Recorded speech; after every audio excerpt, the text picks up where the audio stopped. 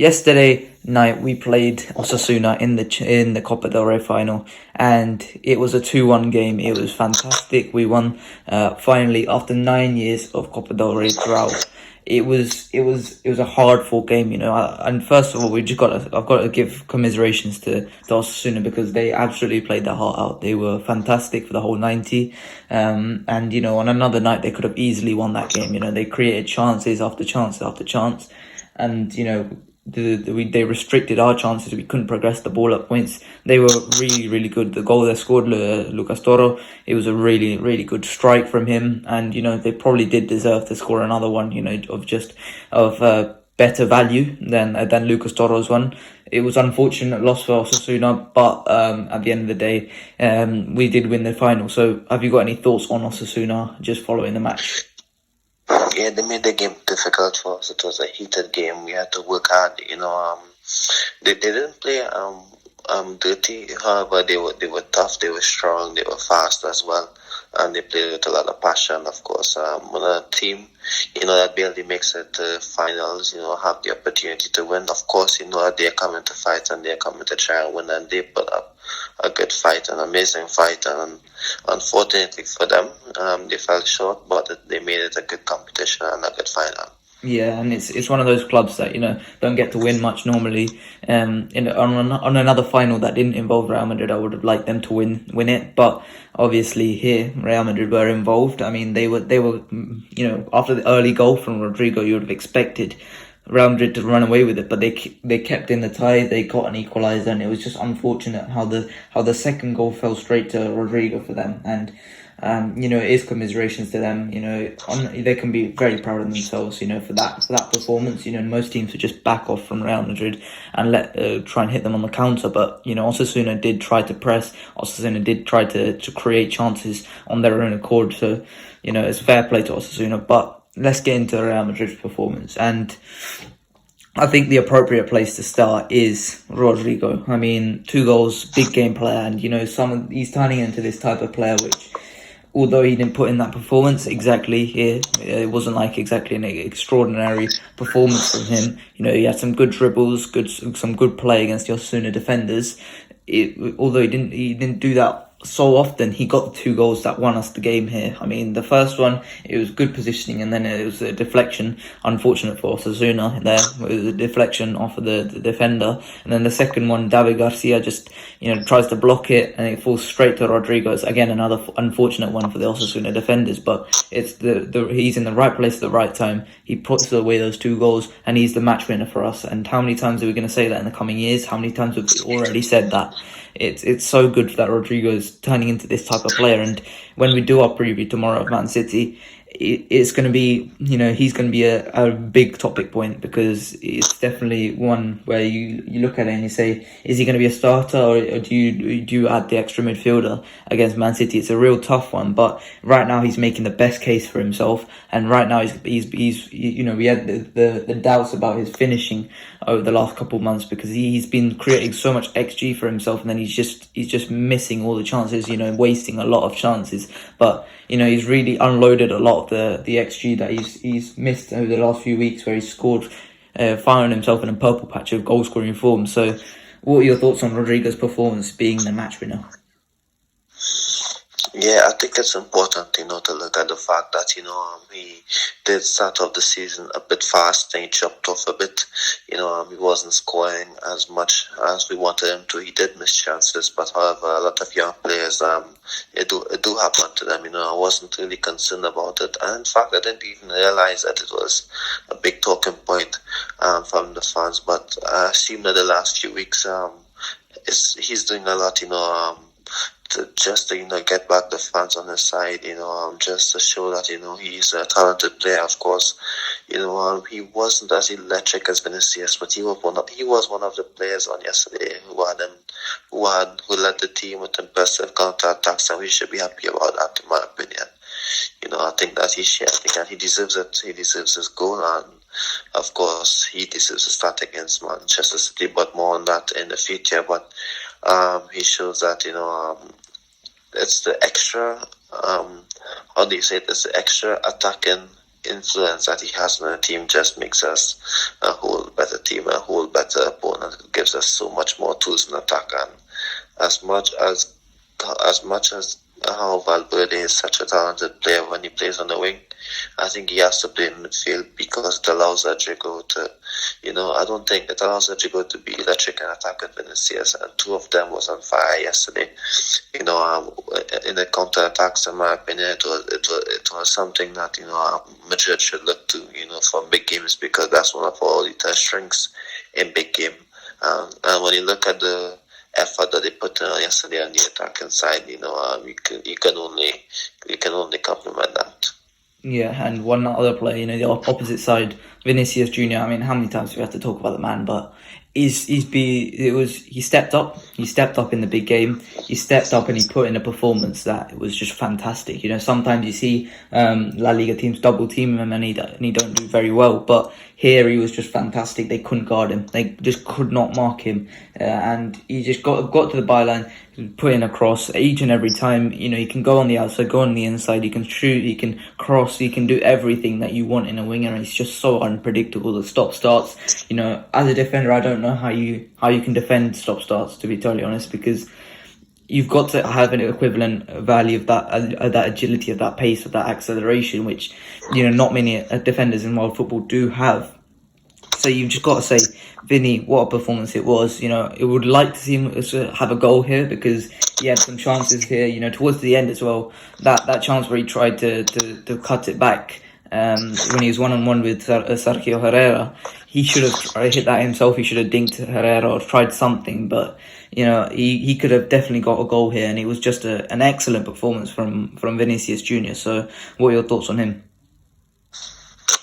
Yeah, of course, he did deserve his goal, but however he didn't. It was really unselfish of him to try and cut that back. Maybe he should have been a bit more selfish there, but however, he impacted the game. He had an assist.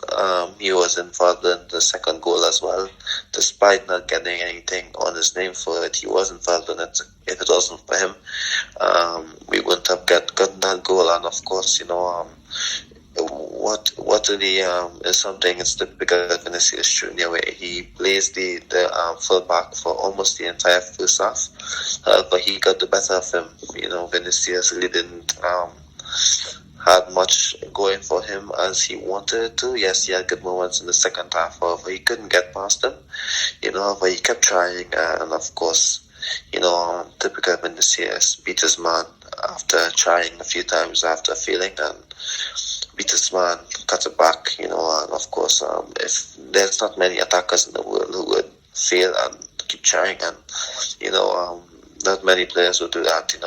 Not many players have his talent and his ability, and of course, we just have to commend him for that. One of the best players in the world, and of course, Perez did say he is the best player in his position, which is actually true in my opinion. Yeah, it's 100% true. Ballon d'Or discussions have to be made if he wins Champions League. So, let's hope he continues this, because there's a big game coming up midweek against Manchester City. So that's the one I really want him to perform in, and maybe saving his goals for that one. But the other member of the attack did not put in that good of a performance here. Benzema, he did. I think he was equaling, or did he beat Marcelo's record? No, he equaled it. Yeah. He equaled it on yesterday, but he became the French player with the most titles. Yeah. That's the one he passed. Yes. Yeah, so you'd expect him to beat that record from Marcelo soon enough, but he equaled it, and it wasn't exactly a performance to remember for Karim Benzema, because he did have an off-shooting performance. He did look a bit slow in the counters. His touches didn't look as neat as he normally does. It just, everything looked a bit off from Benzema. And how many times do we say this season? When he's putting a hat-trick performance, a week ago against Almeria, and then suddenly he goes back to being this profligate striker who is really sluggish on the ball, can't get forward. I trust him. I trust him against Man City to step it up when needed. But how important is it that he steps up when needed? Because I don't think we can compete with Man City if Benzema doesn't play at hat-trick level. I don't think. I don't think we can compete, because I love Vinicius, I love Rodrygo, but they're wingers. They can be stopped. If all three of them are on top form, then you're talking about someone where we can compete. If Benzema's not on form, then I don't think we can compete with Manchester City. So I trust him. I think this could just be him charging up for that final, for that semi-final. Sorry, I hope it is, because otherwise, there's a very good chance we struggle against Manchester City. So, what are your thoughts on Benzema's performance? Yeah, of course, he did have that big chance, which was beautifully saved by the goalkeeper, Fernandez, I think his name is. However, other than that, he did struggle a bit. He did have chances where he could have shot, and he didn't maybe get the best. He didn't get the best effort, in my opinion. However, I must say that I'm really happy that he got his trophy, to equal Marcelo. Other than that, it wasn't the best night. However, it's a bit difficult, to criticize him for me, because he's been amazing for the past few years. I think what I've been saying in a while, is that I think that this season maybe was the passing of the torch, in my opinion, from Benzema to Vinicius in terms of being our main attacker. I know this is a controversial claim. However, I think it's actually true, because against Manchester City, he doesn't have to be at his best. However, we need Vinicius and Rodrygo to be at their best, in my opinion. Because, for example, last season, he was the star player. Vinicius was the man supporting him and did really well. The seasons before, he was the main man. No other attacker, pull up the numbers that he did, and he was the main guy in attack. But luckily for Madrid, Vinicius first, then Rodrygo second, has taken a step forward. And I think that this could be like the passing of the torch, and the big Champions League games against Liverpool showed us that, against Chelsea showed us that Vinicius and Rodrygo seems to be our two most impactful wingers on the team, and they are taking a step forward to be one of the most important components in the team, especially Vinicius. He scored the 2 goals against Liverpool to bring us back. He was impactful against Chelsea, and it's showing that he is the man now, and against Manchester City. If you look at it, the big claim for me would be that we will be going into that game with Vinicius as our main attacker, in my opinion. I think that's the truth. I think that we just have to accept that Benzema, it's difficult for him to pull up the numbers he did last season. However, he is still an amazing player. But luckily for us, we have Vinicius playing at a higher level, so that's good. Yeah. Then I think, for me, my man of the match, if Rodrygo wasn't there, would be Mr. Dani Carvajal. He was fantastic. We give him so much criticism, but when he pulls out a performance like this from the stops, just looks so tidy in possession, saved 2 practically clear goals, and he was just so good, Carvajal, here, and it shows you how much some rest can do for Carvajal, because he's a completely different player. And when it turns up to these big games, I trust the man, because he can definitely turn it on just for these big games. So, what are your thoughts on Carvajal's performance? It was an amazing performance. He had a bit of an injury scare early in the second half. However, he ended the game really well. I'm happy to see him, being back to his best. However, I believe that we do need a bit more competition for him. Just so he can rest easier, and just so he can do better in the league. Because let's be honest, you can't win the league if we have to keep resting our best side back, which he is on his day. But I'd hope that it wasn't a draining performance for him, for him to be at his best for Manchester City. That's all I'm concerned about. But it was the match performance if Rodrygo didn't play. So yeah. Yeah.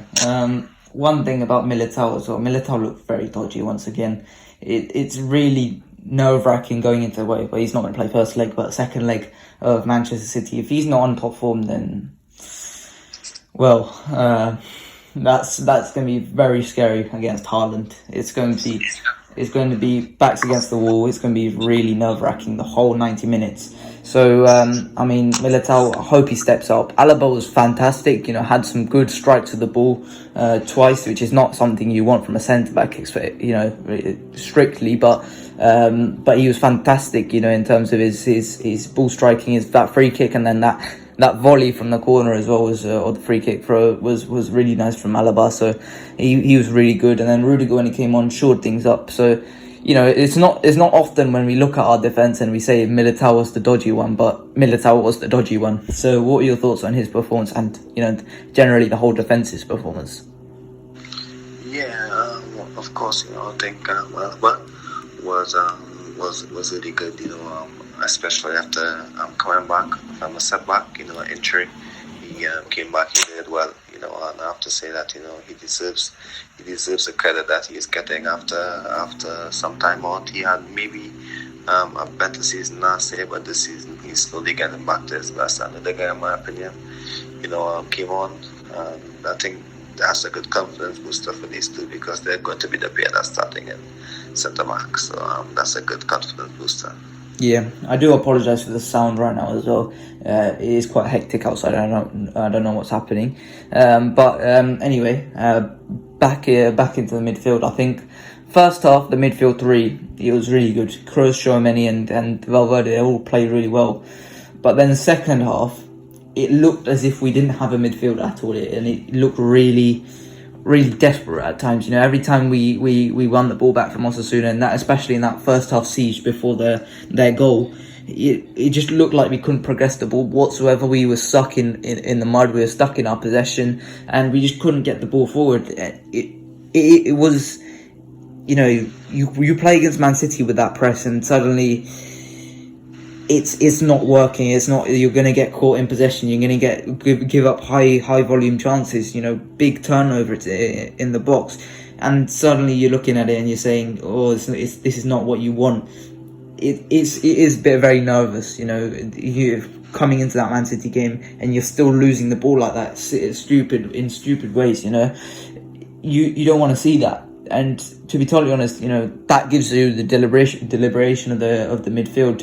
Who do you play in the midfield? Because suddenly you look at it and you say, well, Luka Modric is a must start, because you need someone to progress that ball. But then you look at Toni Kroos and you could say you can't drop him, because then you're just going to lose complete control of the game. And then you're back at it saying, oh well, then Valverde have to be dropped then, but you can't drop Valverde because he provides that energy. And then you look at it and then you say, okay, fine, we're not playing with a DM, but then their counter attacks,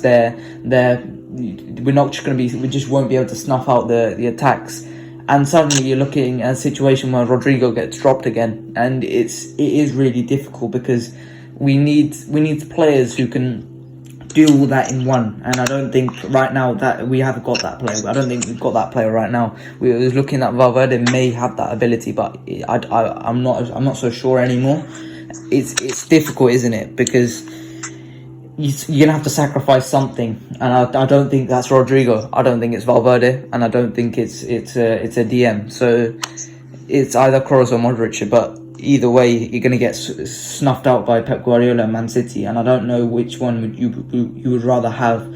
Get caught in possession or make it a really chaotic game. To be totally honest, I prefer the chaotic game, because that suits Real Madrid more. So, what are your thoughts on that midfield performance? It wasn't a bad performance. I don't think that it was concerning. However, yesterday it did give us a lot of question marks for Manchester City, in my opinion. If you look at it, Toni Kroos or Modric, it's difficult to play them in a game like Manchester City, because we conceded 4 goals last year, and Etihad with these two in the midfield and Valverde. So it's not their fault. However, it was a tough task for them, to deal with Manchester City's constant pressure. In my opinion, it was difficult for United, because of course Tony as a defensive midfielder, he had to track a lot of players, and for him to track all on now, it's going to be difficult, and we cannot say, okay, we only lost by 1 goal against City last time, because of course we missed a lot of chances. We have to look at it, and we have to try our best just to stop that. Of course, I think Tony was important to him helping Camavinga be at his best. But I believe that we have to stick with maybe Truman in midfield, just to give us something extra. Maybe if he's having the best of game, okay, fine, we can take him out and bring on someone else. But I think we need to start the game with the whole game against Manchester City as long as possible, in my opinion. And having a defensive midfielder is key to that. Yeah. We move on to just generally the Copa del Rey. It's been 9 years without any of these players winning that trophy. We've seen Real Sociedad win it, we've seen Real Betis win it, we've seen Athletic Club win it. We've seen so many of these clubs win it, and we haven't seen Real Madrid win it in so many years. 9 years is not normal for Real Madrid to go that length of a trophy drought, especially within Spain. So it's obviously it's fantastic in that sense. How many times have we talked about this? The Copa del Rey being so elusive for us. We haven't seen that in such a long time.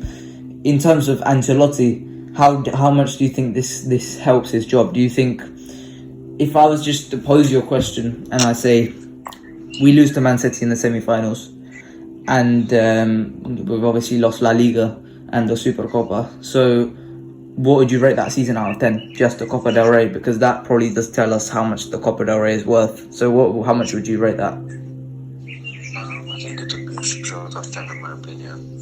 And we need that because I believe that we needed more players to compete in the league. We needed more players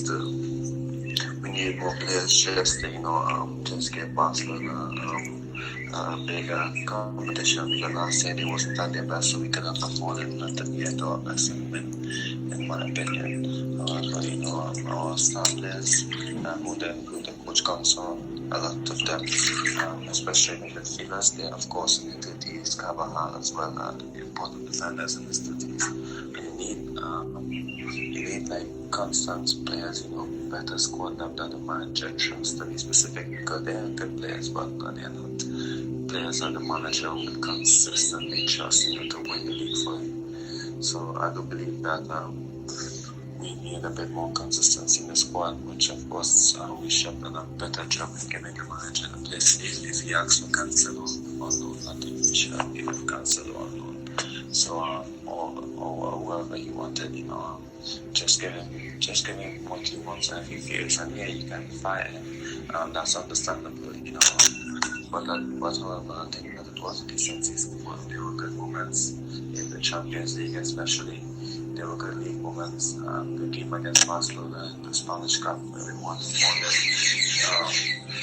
Of course, that just showed that we are a good team, and just as good as them, and even better. They were just more consistent in the league. I don't think that they have better squad than us, in my opinion. I think that they played a style in the system, of course, so it's going to be easier for them for consistency. We don't have a particular style which would help us in the Champions League and knockout games like the COPA, but not in the league as it would, especially when you have to switch up your team as much as possible because they're tired. But for Ancelotti, someone to big does go to him. But I don't think the entire team should go to him. This season isn't a sackable season for me. I wouldn't sack him if I was the president, because it will have a lot of good memories, and of course a few more signings could mean that we can win more titles next season. But for Ancelotti, like I've always said, he has a good opportunity. He's the number one choice for the national team of an amazing country. And I've always said that he should take it because he has 1 more year and that's at Madrid. Or even 2 years if he push it, but because no coach in Madrid since Jose left in 2013 has had 3 full seasons. So I believe that this is an opportunity for him. Madrid can always move on. However, as a coach, if he doesn't get this, it's good. You don't know what can happen. So I think for him, he should take the opportunity. For us, if we keep him, and he misses out on the opportunity, I really hope that we make him last the entire season next year, because that's what he deserves. Yeah, I mean, we're going to strengthen the squads this summer. Bellingham's obviously coming in, and we're going to do a separate podcast on that when it's like official, when we get the here we go from Fabrizio. But we've been rumoured with Kolo Muani from Frankfurt, Samuel Chukwueze obviously before, Moussa Diaby as well, Diogo Dalot, Juan Foyth, other players, and all of these players would be huge. It would be huge for us to sign. So I really hope Bellingham isn't the end of it, and I really hope that we bring in someone like Diaby, maybe not Diaby himself because I don't believe he would fit, but someone like that, just another wing, another right back, and I think suddenly Barcelona, we're breathing right back down Barcelona's neck, which we should have done from this season. I don't think the injuries are too many. The small squad is too much of an excuse because the points dropped weren't due to the lack of squad depth, to be totally honest, because you look at the Mallorca game, that was probably the defining moment in my opinion. It was just a poor performance from everyone involved, just no creativity whatsoever. And I don't think Ancelotti did enough in terms of his coaching on the training pitch to win us those games. So I think that's where the league has been lost.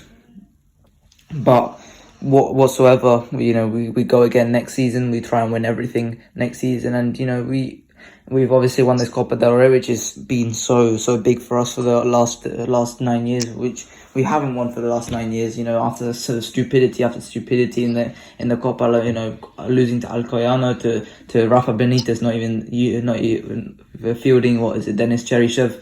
When was that? 2015, 2016. Yeah, that was 2015-16. Yes. Yes, all this stupidity in the Copa del Rey. Finally after 9 years, we are finally champions of the Copa del Rey. So, I will be back tomorrow for a separate podcast on Manchester City. Have you got anything else to add on the Copa del Rey win? Yeah, I must add that it would give us a lot of confidence for the Manchester City. I think that we should have a good performance if we keep our head together. Of course, like you said, we need to play the DM for that game. We need to stay solid. Last year, I remember saying in the second leg before the Manchester City game, I would be more specific in the next day. But normally, a lot of people, if you missed that podcast, I'll still say it in this podcast. We needed to hold the game against Manchester City last year, and it's going to give us the best chance of going through after we lost 4-3. We did hold the game for almost 70 minutes until they scored against us, but they only scored one, which allowed Rodrygo to score two and get us back in the game. Even if we lost, we need to keep the game as close as possible, and that's why a defensive midfielder is important, because Casemiro missed the first leg, but he was there for the second leg, and he was part of keeping Manchester City at bay. So we need to limit the chances, silly opportunities that we gave up. Just like on today, we gave up an opportunity. We gave up many opportunities, but our defense had good individual moments like Carvajal off the line and Carvajal playing, a last minute low drive into the box. So I do believe that we can do better. I do believe that we can show signs, to beat Manchester City. But I do believe that we have to look at the mistakes we made on last day and on today, to be specific, because we have to look at the players we have available and how we played on today, to make an assessment. And we had all our players available, and we still made some mistakes. Militao won't be there. I think that maybe I'm not going to say it's a blessing, because he is such an important player and he can handle Holland, in my opinion, and do well, because he did do well against many other attackers, in my opinion. So I do believe that it's a good team, a good win on yesterday, and I hope that we can beat Manchester City. And I must say, I know that this is so unrelated to anything Manchester City. Well, it is related to Manchester City, but I do believe that if we had signed Julian Alvarez, in my opinion, we would have won the league, in my opinion, because the non-EU spots, as soon as Manchester City signed him, they were all taken up. They were all gone, and Vinicius got it, and Militao got it, and Rodrygo got it, and he all got it. And of course now we can sign players, but the player that I believe that would have helped us the most, we don't have them. So if let's just say you give it a couple of years, let's say Holland keeps starting and he isn't playing, I do believe that it could be a good market opportunity, and I hope that there is a way to sign him somehow. But that's a topic for another day. Yeah, of course. Yes, that is it for today. We should be back tomorrow for a preview. If not, we'll see you next week. Yep, that's it for today. I hope you guys enjoyed. Please like and subscribe, and I'll see you guys later. Bye bye.